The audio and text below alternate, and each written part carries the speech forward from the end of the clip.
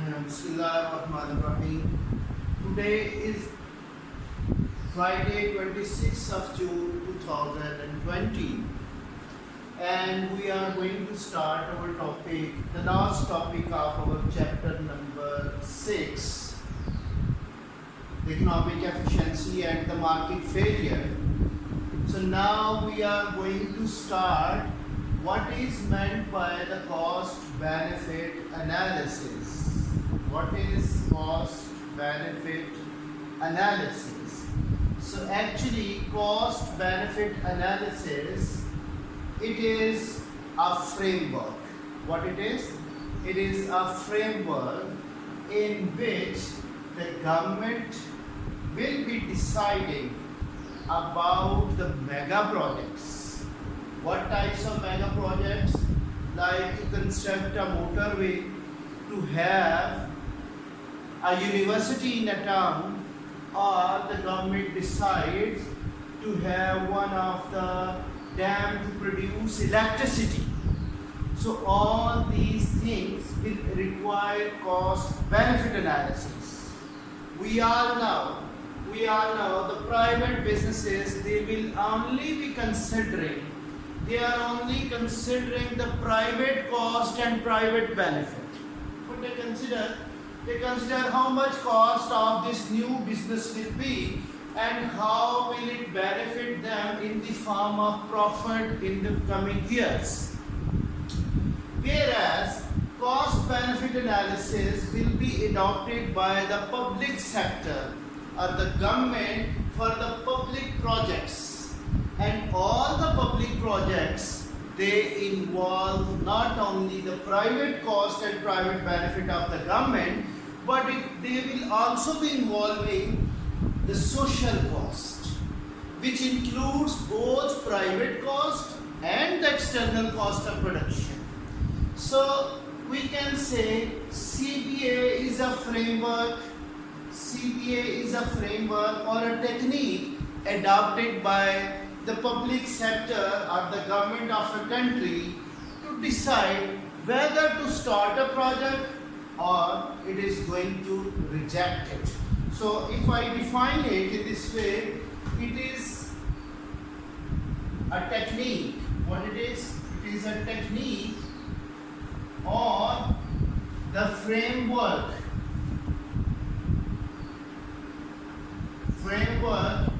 in which the government will decide about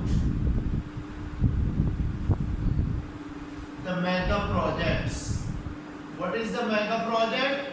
Which involve what? The social benefits and social costs. What does it involve? So this is CBA, which involves the social benefits and social cost of production. What does it involve? It involves the social benefits and social cost of production. So it is a technique or a method or a framework which does not only include the private benefits of the project, but this will also be including the external benefit and external cost of the project incurred by the whole society. So we know this thing that this project will be involving all types of total social benefits and total social cost. Or in other words, we studied in our last lesson about positive and negative externalities, which are including not only the private benefit and private cost, but they are including all types of social benefits and social costs. So can I say with this thing that CBA is not only involving the private benefit and private cost, but it involves the externalities which are arising due to the government project. For example, if I give you one of the example, like government is going to construct a motorway from Lahore to Sialkot, or from Islamabad to Lahore, or from Islamabad to Peshawar, wherever it is going. So we say government will be doing the cost benefit analysis. It will be involving what will be the private cost of that motorway. How much money, a huge amount of money needs to be spent in order to construct a motorway.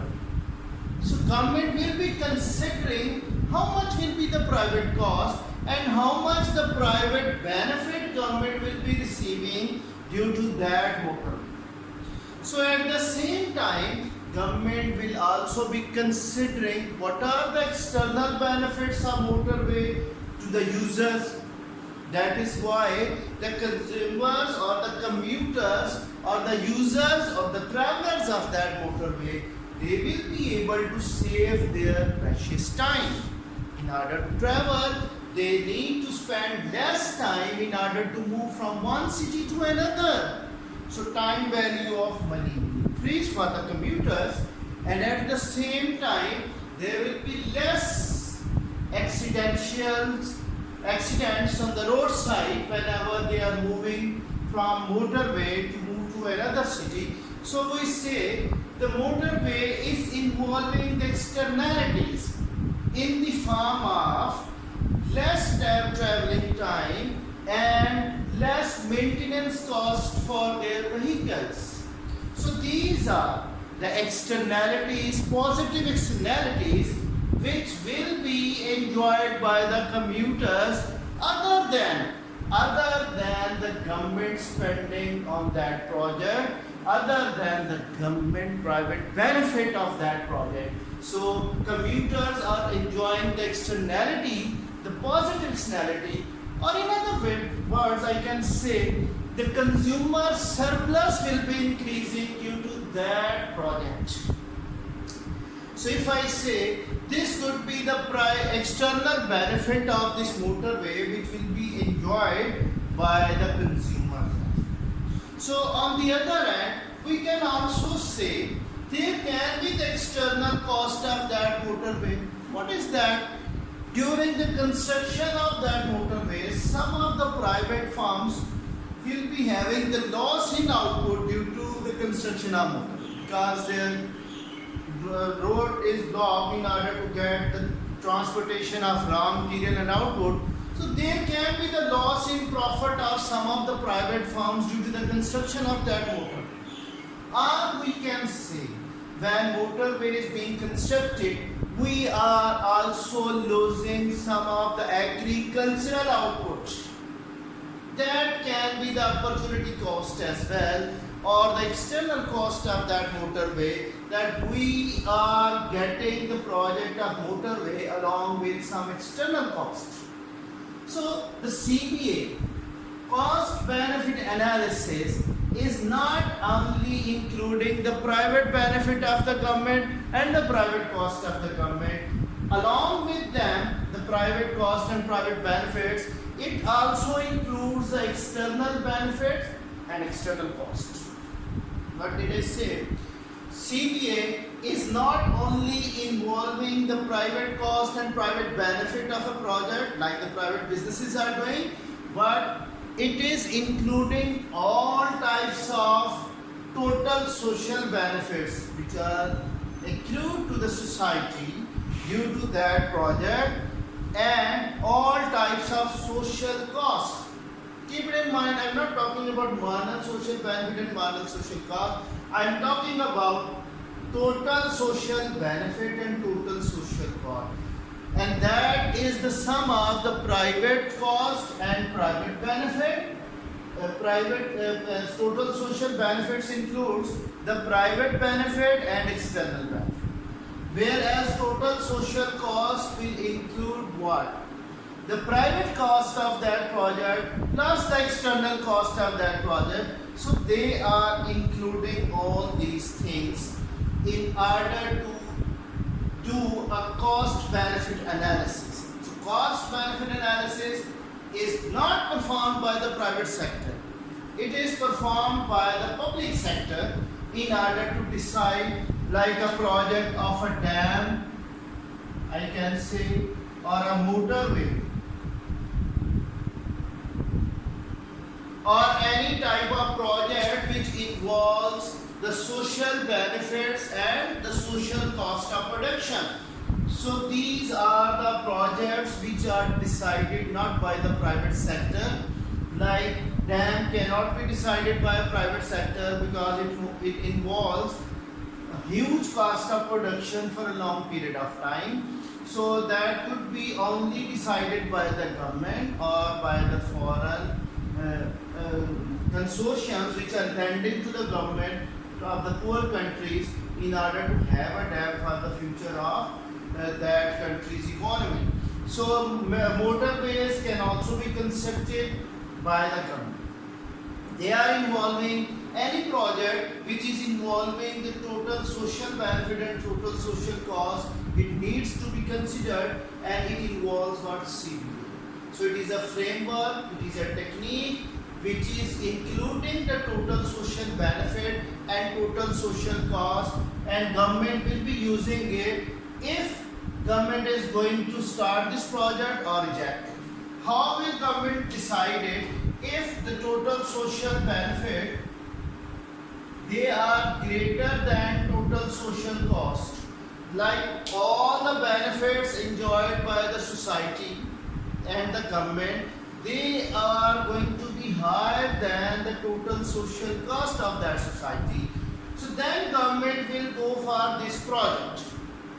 And if the total social benefits they are lower than the total social cost, like we say the cost which is the external cost that is exceeding the private cost also, and at the same time when it is measured the total social cost of the project would be the higher than the total social benefit. So in that case government will reject the project.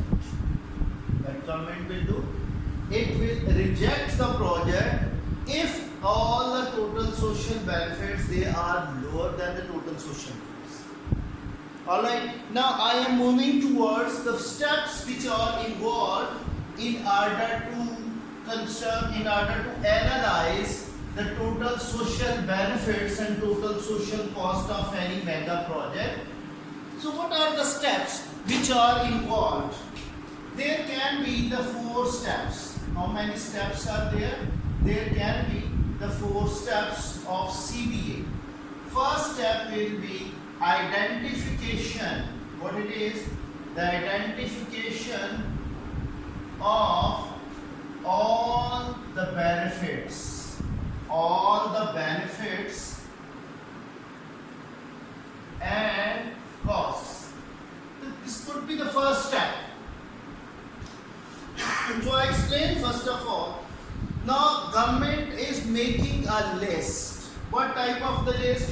What are the private benefits? Like government is constructing a motorway, so government will be able to collect the toll tax revenues out of that project. So it will involve what? The private benefit of that project, and government will also be considering the private cost. What could be the private cost of this project? What could be the private cost? Like government is spending 10 billion rupees now, which will make it more money to be collected in future due to the collection of toll taxes. So I say the private benefit and private cost, first of all government will consider that. Okay, one thing government will be considering related to the CBA of a motorway, that can be the 2 types of views. The one view is the wide view of the project, wide view, and second is the long view. Wide view of that project will be telling the government how it is benefiting the society, like it is including the social benefits and social cost of production. Whereas the long view will be considering what? It is considering how long this project will be benefiting the society. Like if motorway is constructed, it will be benefiting the society for 20 years or more than that. This could be the long view. And wide view, how social benefits are higher than the social cost. So these two views will also be considered by the government when it is deciding the project. If project is requiring a huge amount of funds, the tax revenues of the government, but it is only benefiting for a year or 2 years, so it is not beneficial for the government because it is not having so many social benefits and social costs. So government cannot start a project which involves only for the benefit of the people only for a year or a 2 year, a couple of years. So we can say that will be having the higher opportunity cost when government is starting a very small project which is involving huge amount of money. So it also involves what the opportunity cost, other projects which are going to be sacrificed for the sake of this project. So we say the wide view, it involves what the social benefits and social costs, whereas the long view of CBA will be involving what? It will be involving how long this project will be benefiting the society. 10 years, 20 years, 100 years or more than 100 years. So this could be the long view. That's why government is starting a project. If I start, like government is now having the intention to have a dam in the country. So dam is not only benefiting for a year, it may benefit 200 years, 300 years. So it is having the social benefits which would be higher than the total social cost. So first of all, the first step which involves a private benefit and private. Government will make a list. What are the total private benefits to the government and total private cost of this project to the government. And government will also make the list of the external benefit. External benefit and external cost. This would be the first step. In this case, government is only enlisting, not giving any value, only enlisting the private benefit and private cost and external benefit and external cost. It is not giving any value in this case to the benefits and cost. It is only identifying, making the list of all the possible benefits and all the possible costs of this project. So the first step of CBA will be the identification of all benefits and all types of the costs which are involved in this project. Now what would be the second step of this CBA? The second step of CBA will be about assigning the monetary value. Assigning the monetary values.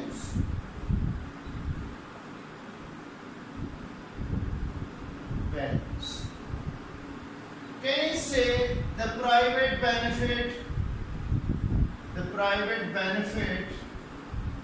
and private cost? Suppose a motorway involves the private cost of rupees 200 billion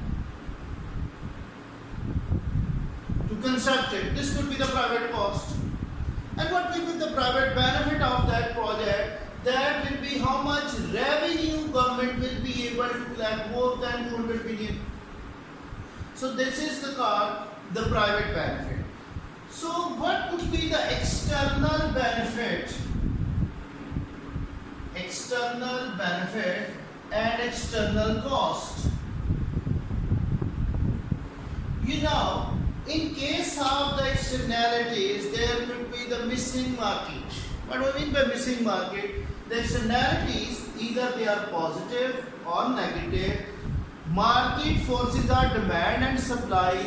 They are not able to measure what? The externalities values. There is a missing market. How much external benefit of this project will be? So some projects, they are involving many externalities which are positive in nature, or many negative externalities which are negative in nature, they are harmful. Like if we are having an atomic energy plant, so it is involving what radioactivity, which involves a huge amount of negative externality for the society. So what will be the method to assign the value to the external benefit and external cost? This is my question.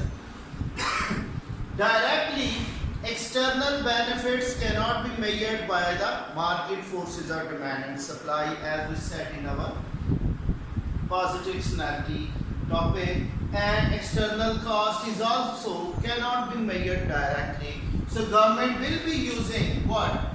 The shadow prices or imputed prices. What do we mean by shadow prices? Shadow prices means if external benefit is there, how much, like in case of motorway, how much commuters are enjoying the consumer surplus in the form of less traveling time or the maintenance cost. So this could be done by another project, like how much time is valued to the consumers if they are saving by moving through a motorway. So within that time, if they are able to earn some money or more money, that could be the value of the time they have saved by traveling that motorway. Or external benefit could be there, the maintenance cost of the vehicles that could be measured. If they were not traveling by the motorway, there could be more damage to their vehicles in the form of depreciation. So now they are saving that amount of money as well. Or we say the scenic beauty is arising due to the construction of a dam, or it is having a scenic beauty of having a motorway in a very green area of the country. So that would be the external benefit. How much money will be required to have that beauty? That would be the external benefit. So it can be measured through the shadow prices by another project, like which is not directly measured by the market forces or demands. The same is the case external cost. If it involves pollution, we can also write another external benefit of motorway, less of accidental deaths. How much is the value of human life in a country? That depends how much professional a person is in that society. So that could also be the external benefit. We can save some of the lives or more of the lives due to the construction of motorway. It is having less accidental deaths. So what could be the external cost? There can be pollution involved. We are having some types of cutting of trees, deforestations in order to have what? A motorway. Or we are sacrificing the agricultural output for the sake of our motorway. So external cost, sometimes it is not measured by the market forces of demand and supply, like pollution. How much will be the value of that pollution which is arising due to a motorway? Like more vehicles are now moving by that motorway. So we can say how much is the cleaning cost? How much money will be required to clean the atmosphere? That would be the external cost of that motor. If it requires 100 billion rupees annually to clean the environment for the society, so that would be the external cost. So I said assigning the monetary value to each benefit, either it is private or it is going to be the external one. It is the second step of CBA. So private benefits, they could be measured in terms of money, private cost could be measured in terms of money, but external costs and external benefits, they require the measurement by another project which is called the shadow prices or imputed prices. So in case of this measurement, government is giving value to each benefit and cost in this step. So we are saying first step was identification of all benefits and costs. So the second step will be about the assigning the value, the monetary value to each benefit and each cost. That is the second step. So what is the third step? Third step of the CPA, it could be the forecasting. What it is? Forecasting. If any. Now the second step, one thing I forgot, that is it involves some of the uncertainties, it involves some of the miscalculations when we are talking about the measurement of external effects. So it also involves some of the uncertainties about the measurement, and some values will be overvalued and some will be undervalued. That can be the problem of that step. So forecasting. So if government says, if they start a motorway today, or what would be the value of that project after the 10 years? If we are spending 200 billion rupees now, so it will not be having the same value after the 10 years. It could be 1000 billion or 1 trillion rupees after the 10 years. So right now, government is forecasting that in future they will be spending 1 trillion rupees to have the same project. So now it is having a discounted value in the form of 200 billion to spend. Like in future, we will be considering we have spent 200 billion, now we are raising 1 trillion rupees. So government is forecasting actually, if it wants to have 1 trillion project after the 10 years, how much money they have to spend in the present time. What will be the present value of 1 trillion rupees in future? So if in future government wants to have 1 trillion rupees, how much it needs to spend in present time? So here we say government is discounting that factor value. How it is discounting? By using the rate of interest. If 1 trillion rupees needs to be spent after the 10 years, how much it needs to spend in the present time? If rate of interest is 10% or 11% or 12%, whatever it is, so government is forecasting. So discounting the future value at the present time will be the forecasting method of the government. Government is using many statistical methods in order to have the forecasting of the project, how much it will be benefiting in the future if we are spending right now 200 billion. If government is spending 10 trillion rupees to construct a dam, how much it will be benefiting in future? So that could be the forecasting. If it is there, government is doing that by using the discounting factor or the statistical methods which are adopted to forecast the future value or the present value of the future value. So this is the forecasting. Now the fourth step, what could be the fourth step of CPA? That is the decision making. The last step, which is involving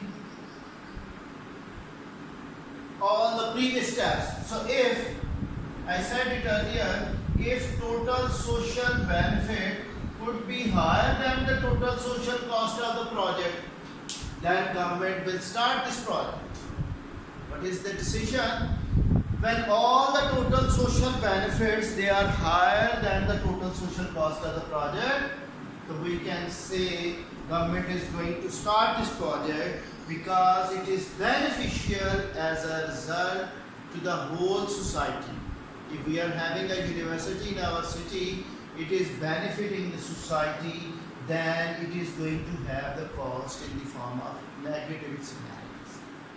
Usually, the educational institutions, they are associated with positive externalities, so they are having more social benefits rather than they are having the social cost. There could be the social cost that in the form of other things, I don't want to mention that. But there could be the social benefits. If they are higher than the total social cost, then government will be going for this project. Actually, what happens when government decides politically that they are going to have orange train project or they are going to have a motorway, they discuss it in the parliament, and what government is postulating, government is giving the benefits of that project because they are in favor. And what the opposition parties are saying, they are raising the social cost. And what the other cost of production which are involved in this project or the opportunity cost of that project is also considered by the opposition parties. So when government is answering them that how much will be the opportunity cost, how much will be the social cost, and how much will be the total social benefits, then government is asking its experts, the planning commission, to construct a CBA and give us the exact figures or estimated figures about the total social benefits and total social cost. Then government is having a voting contest in the parliament. If majority of people are saying that this should be there, like the ruling party is going to win this project, and then it will be started. Then government will be allocating funds in order to have that project in the country. And if that project is involving more total social cost, government will reject it. I think this could be the analysis of the whole CBA. CBA involves what? The framework which involves all the total social benefits and all the total social cost due to the decision making process of the government, whether it is going to start the project or it is going to reject it. That is the apparatus, that is the framework, that is the technique adopted by the government bodies to decide about the mega projects. So it involves 4 steps. One is that identification of all types of benefits and costs, and second step, how government will be assigning the values to each benefit and cost. And the third step, the forecasting, and fourth will be the decision making. So, do you think CBA is always having the desirable outcomes? Sometimes, or most of the times, it is not having all the desirable outcomes. The one thing which I say, which is a very famous concept in economics, that is about the opportunity cost. If government is starting a motorway, it is involving the opportunity cost. Many other projects could be sacrificed. So, if opportunity cost is high, our CBA is not giving us a good result because we had sacrificed the important projects which are having more social benefits than this project. Another objection on CBA could be that the inflation is not accurately measured for the running or the construction of this project. If alongside the construction of this project, prices are increasing more than estimated value, so it will increase the cost of that project as well.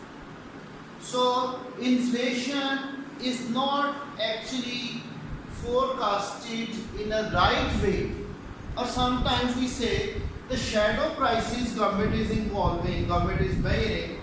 There could be the overvaluation of the positive externalities, or there could be the undervaluation of the negative externalities.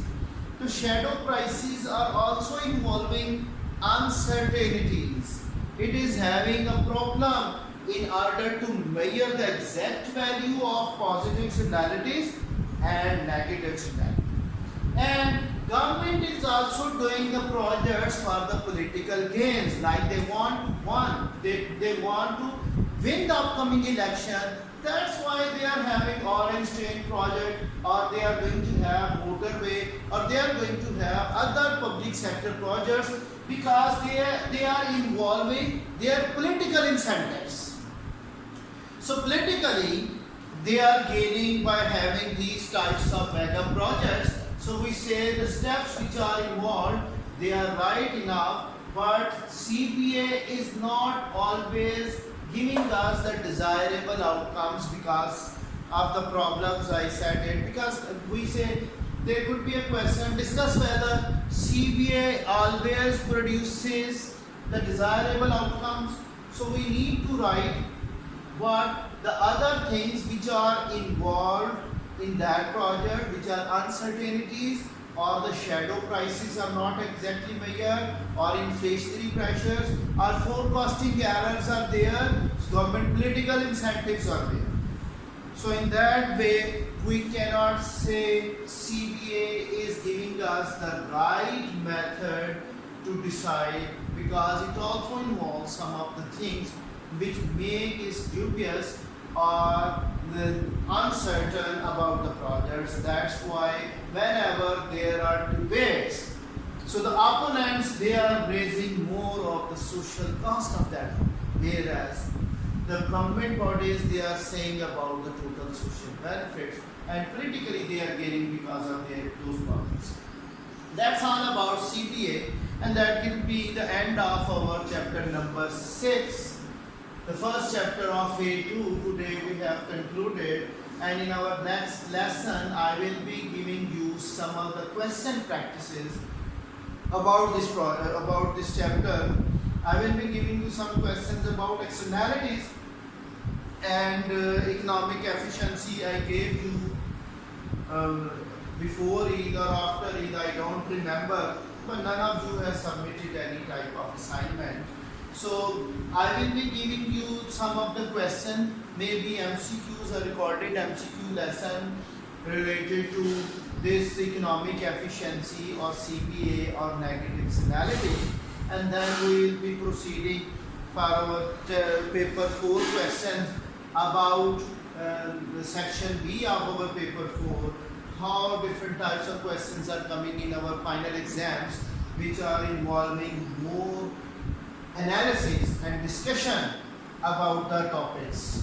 So that will be in our practice session in our next class, online class or recorded class.